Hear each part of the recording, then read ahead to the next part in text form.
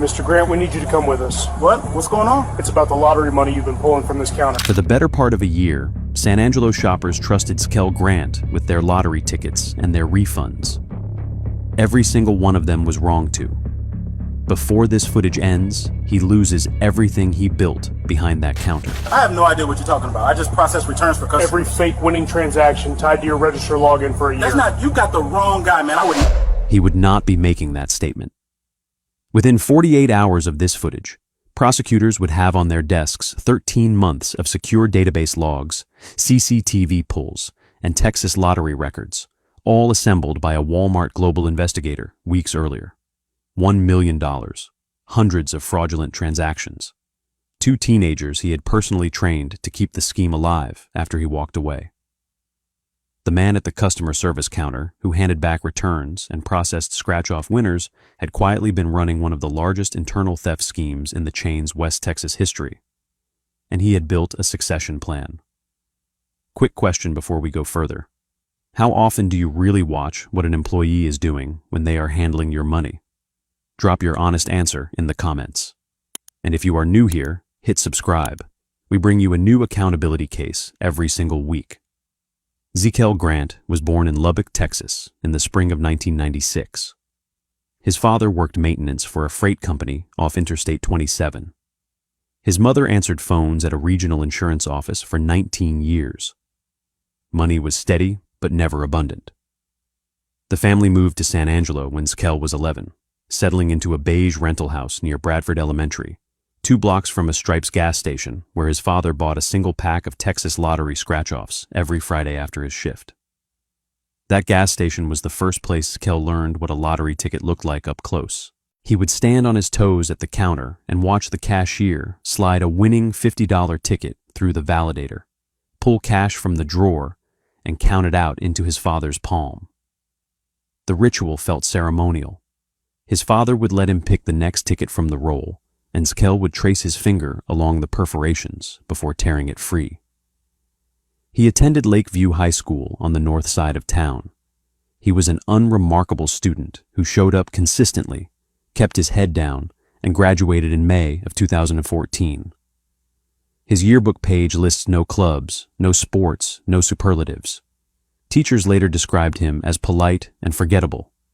One former English teacher told a reporter, "I had to look him up. I taught him for a full year, and I had to look him up." After graduation, he stocked shelves overnight at an H-E-B grocery on Sherwood Way for 14 months. He moved to a Sonic drive-in on Knickerbocker Road, then to a tire shop where he answered phones and ran the front desk. He earned $9.25 an hour at the tire shop. He saved enough to buy a used 2008 Nissan Altima with 142,000 miles on it. He lived in a small apartment off Glenna Street with a roommate who worked at the same tire shop.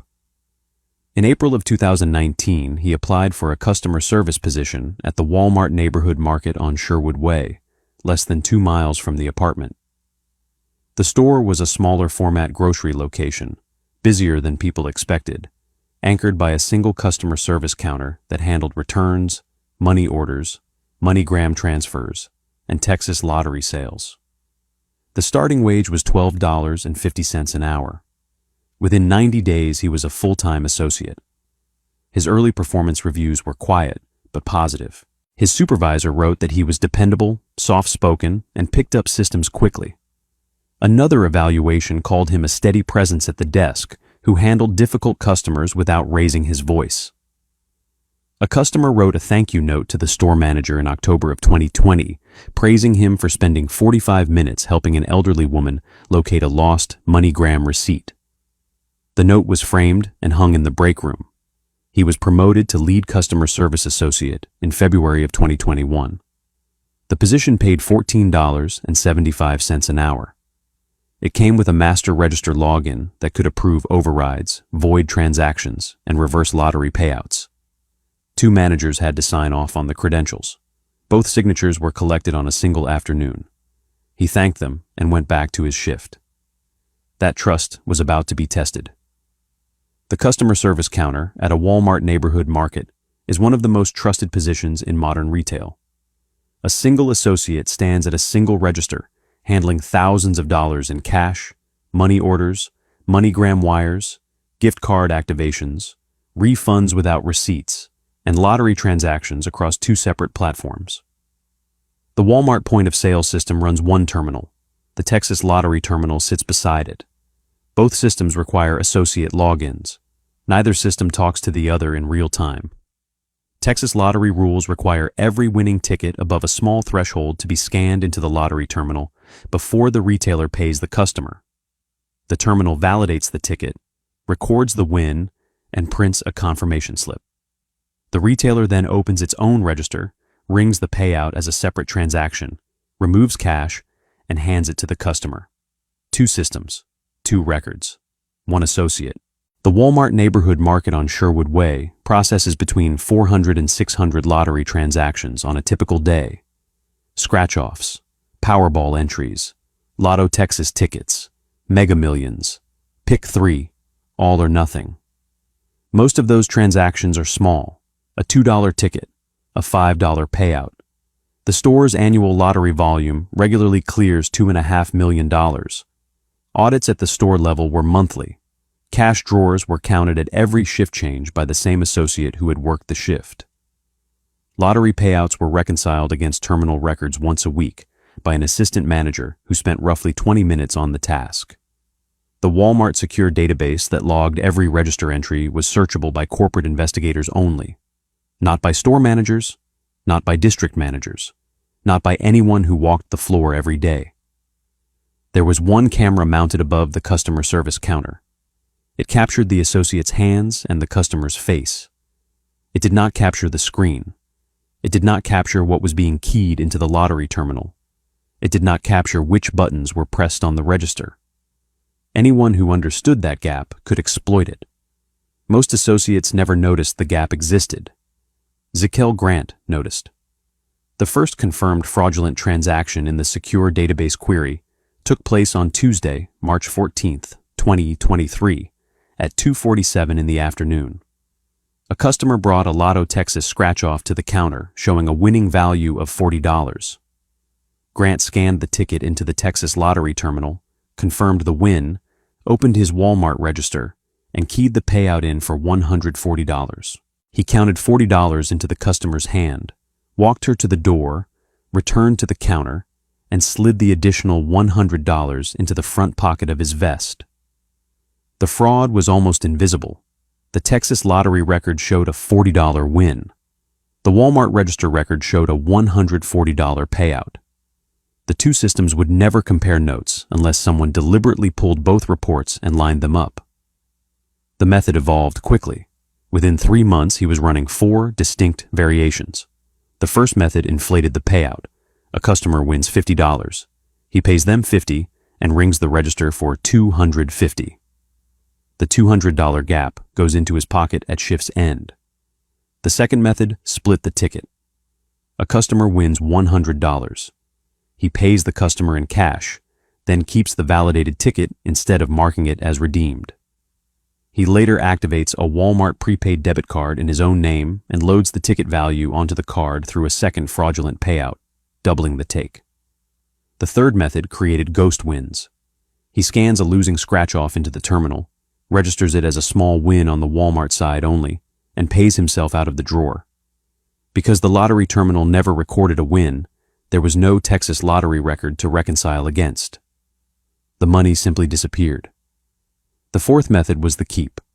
A customer presents a winning ticket but does not insist on watching the validation. Grant pays the customer in cash from the drawer, never scans the ticket into the terminal, and pockets the validated ticket itself.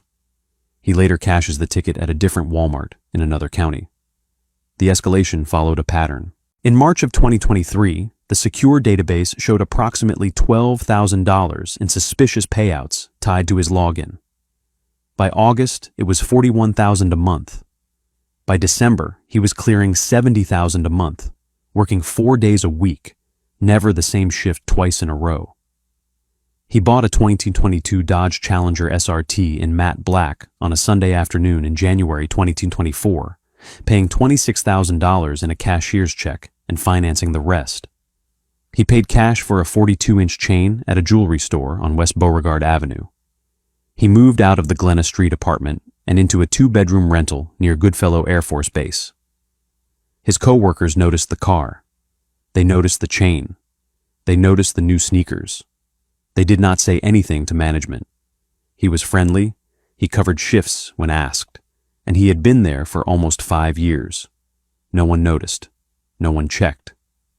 By February of 2024, he had brought in 2 new hires under his wing. Carmelo Daniel Amigleo was 18 years old, fresh out of Central High School, working his first real job. Ryan Munoz was 18, a friend of Amigleo's from the same neighborhood, hired 3 weeks later. Grant trained both of them at the customer service counter. Within 6 weeks, he was showing them how to inflate a payout. Within 2 months, they were doing it on their own shifts. He told them it was a tradition. He told them everyone at the store had a hustle. He told them the cameras did not see the screen. On Monday, April 29, 2024, Zakel Grant submitted a 2-week notice to the store manager. He cited other job opportunities and asked for a positive reference. The store manager wrote one. Grant worked his final shift on May 11th, returned his vest and his name tag, and walked out of the Sherwood Way Walmart neighborhood market for the last time. He had been employed there for 5 years and 1 month. He left without a single disciplinary incident on his record. He did not leave for another job. He had no other job. He had decided the heat was building, and the timing was right to walk away clean. Amigleo and Munoz would keep the operation running, and he would collect a cut from each of them in cash on Friday nights at a Whataburger parking lot off Knickerbocker Road. The plan worked for exactly 6 weeks. In late June of 2024, a corporate audit at the Texas Lottery Commission flagged a statistical anomaly at the Sherwood Way Walmart neighborhood market. The store's reported lottery payouts had been outpacing its reported lottery wins by a margin no other Texas lottery retailer in the region was showing. The variance had been growing for over a year. The flag was forwarded to Walmart Global Investigations on July 1st. Walmart Global Investigator Clint Lee was assigned the file. He had spent 11 years investigating internal theft for the company and had worked cases in 23 states. He pulled the secure database query for every lottery-related register transaction at the Sherwood Way store going back 18 months. He pulled the Texas Lottery terminal records for the same period. He asked the loss prevention team for every available CCTV file from the customer service counter dating back to January 2023. It took him 9 days to map the pattern. The fraudulent transactions were not random. 94% of them were tied to a single associate login. The login belonged to Zakel Grant, an associate who no longer worked at the store. A smaller cluster, beginning in March of 2024, was tied to 2 newer logins belonging to Amigleo and Munoz. Every single one of those transactions had been preceded by a shift Grant had worked alongside them. On July 11, 2024, Clint Lee handed his report to the San Angelo Police Department. Detective Kara Whitmore of the Financial Crimes Unit opened a case file the same afternoon. Detective Whitmore interviewed Carmelo Daniel Amigleo on the morning of July 18, 2024, at his parents' house on the east side of San Angelo. He was 18 years old. He had been working at Walmart for 5 months. He cried for most of the interview. His statement was direct. He told the detective he had been taught the lottery fraud scheme by Zakel Grant. He said Grant had walked him through every method during his 2nd week at the store, demonstrating each variation on a closed register after the store manager left for the night. He said he had watched Grant on several occasions take money from the register after completing fraudulent lottery transactions and slip it into his vest pocket. He said Grant had told him every customer service associate in the store knew about it, which Amigleo later realized was not true. He said he had personally pocketed approximately $11,000 over 4 months and had spent most of it on a used Honda Civic, sneakers, and a PlayStation 5. Ryan Munoz was interviewed 2 hours later. His statement matched Amigleo's almost word for word. He named Grant as the architect. He named the parking lot meetings. He named the cuts. The smoking gun was already on Detective Whitmore's desk. The Walmart Secure Database Query, exported and printed across 147 pages, listed every fake winning transaction the store had processed across the previous 13 months. Every single fraudulent entry was tagged with the associate login that processed it. Every cash drop was tied to a shift. Every shift was tied to a name. Grant's login appeared on 984 fraudulent transactions, totaling $976,000 in stolen funds. Amigleo and Munoz's logins together accounted for an additional $31,000. The total approached $1 million. CCTV pulls confirmed it. Investigators watched Grant pocket cash on camera over 400 separate times. They watched him walk to the back of the store, slip the money into his locker, and return to the counter as if nothing had happened. They watched him train Amigleo. They watched him train Munoz. They watched him pat Amigleo on the back the first time the 18-year-old completed the inflated payout method on his own. The financial side was airtight. The bank records subpoenaed from Grant's account at a regional credit union showed cash deposits totaling $132,000 across the previous 14 months.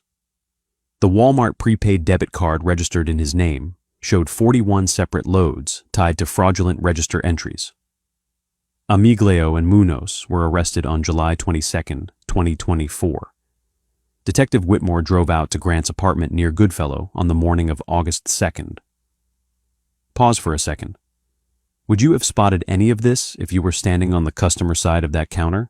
Tell me honestly in the comments. And if you have not subscribed yet, this is the kind of case we cover every week. Do not miss the next one. Grant answered the door in gray sweatpants and a plain white t-shirt. He was holding a glass of orange juice. The Dodge Challenger was parked behind the detective's unmarked sedan in the driveway. It was 9:14 in the morning. Zakel Grant? Yeah, what's going on? I'm Detective Whitmore with San Angelo Police. This is Detective Ramos. We need to talk to you about your time at the Walmart on Sherwood Way. Grant set the glass down on the small table beside the door. His shoulders dropped slightly. He did not look surprised. I haven't worked there in months. We know, that's part of what we want to talk about. I left to pursue other opportunities. There's nothing to talk about. We've spoken with Carmelo Amigleo and Ryan Munoz. They've made statements.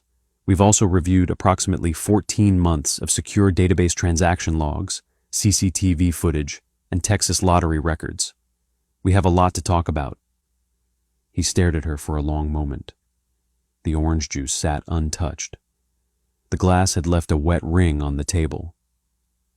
I don't know what they told you. They told us everything. They're kids. They're going to say whatever you want them to say. They told us about the parking lot at Whataburger. They told us about the cuts on Friday nights. They told us about the shift you worked on March 14th of last year, when you taught Carmelo how to ring an inflated payout on a closed register. They told us things they couldn't have known unless someone showed them. He shifted his weight. His jaw moved as if he was about to speak, then stopped. You don't understand the position I was in. Then explain it to me at the station. I want a lawyer. He did not say another word. He stepped into a pair of sandals, locked the apartment door behind him, and walked to the cruiser without looking at the Challenger. Zakel Grant was indicted by a Tom Green County grand jury on August 14th, 2024. The indictment listed 9 counts of theft of property aggregated, 1 count of engaging in organized criminal activity, 3 counts of fraudulent use or possession of identifying information, and 2 counts of money laundering. The aggregated theft count carried a value of $976,000. Under Texas Penal Code, Section 31-03E, 7, theft of property valued at $300,000 or more is a first-degree felony, carrying a sentence of 5 to 99 years in state prison. He hired a defense attorney named Marcus Pulliam, a former assistant district attorney who had moved into private practice in 2018. Pulliam filed motions to suppress the secure database query, arguing that Walmart's internal investigation had operated as an extension of law enforcement and that the data should have been collected under a warrant. The judge denied the motion in October. Pulliam filed a second motion to sever Grant's case from Amigleo and Munoz. That motion was also denied. The trial began on March 3, 2025, in the 51st District Court of Tom Green County. The state called 19 witnesses across 6 days. Clint Lee walked the jury through the secure database printout, page by page, transaction by transaction. The Texas Lottery Commission auditor testified to the statistical anomaly that opened the file. Amigleo took the stand on day 4 and repeated his statement under oath, his hands shaking visibly as he identified Grant at the defense table. 2 former co-workers testified to seeing Grant pocket cash. The store manager testified to the framed thank you note in the break room and to writing the positive reference letter. The jury deliberated for 4 hours and 12 minutes. Guilty on all 15 counts. At sentencing on April 18, 2025, the store manager who had written the reference letter delivered a victim impact statement on behalf of the store. I trusted you. I wrote a letter saying I trusted you, and you used my signature to walk into your next chapter. You stole from a company that paid you. You stole from customers who waited in your line. You taught children to do the same thing. The worst part is that you would have kept teaching them if no one had ever looked. Judge Eleanor Vance addressed Grant directly before announcing the sentence. You did not steal because you were desperate. You stole because you understood the gap between 2 systems, and you decided that gap was yours to keep. You then recruited 2 teenagers and handed them the same gap. They will carry felony convictions for the rest of their lives because of you. That is not a mistake. That is a deliberate choice you made every shift for over a year. Grant was sentenced to 32 years in the Texas Department of Criminal Justice, with no possibility of parole until he had served 16. He was ordered to pay $976,000 in restitution. He is currently held at the John B. Connolly Unit in Karnes County, a maximum security facility approximately 190 miles southeast of San Angelo.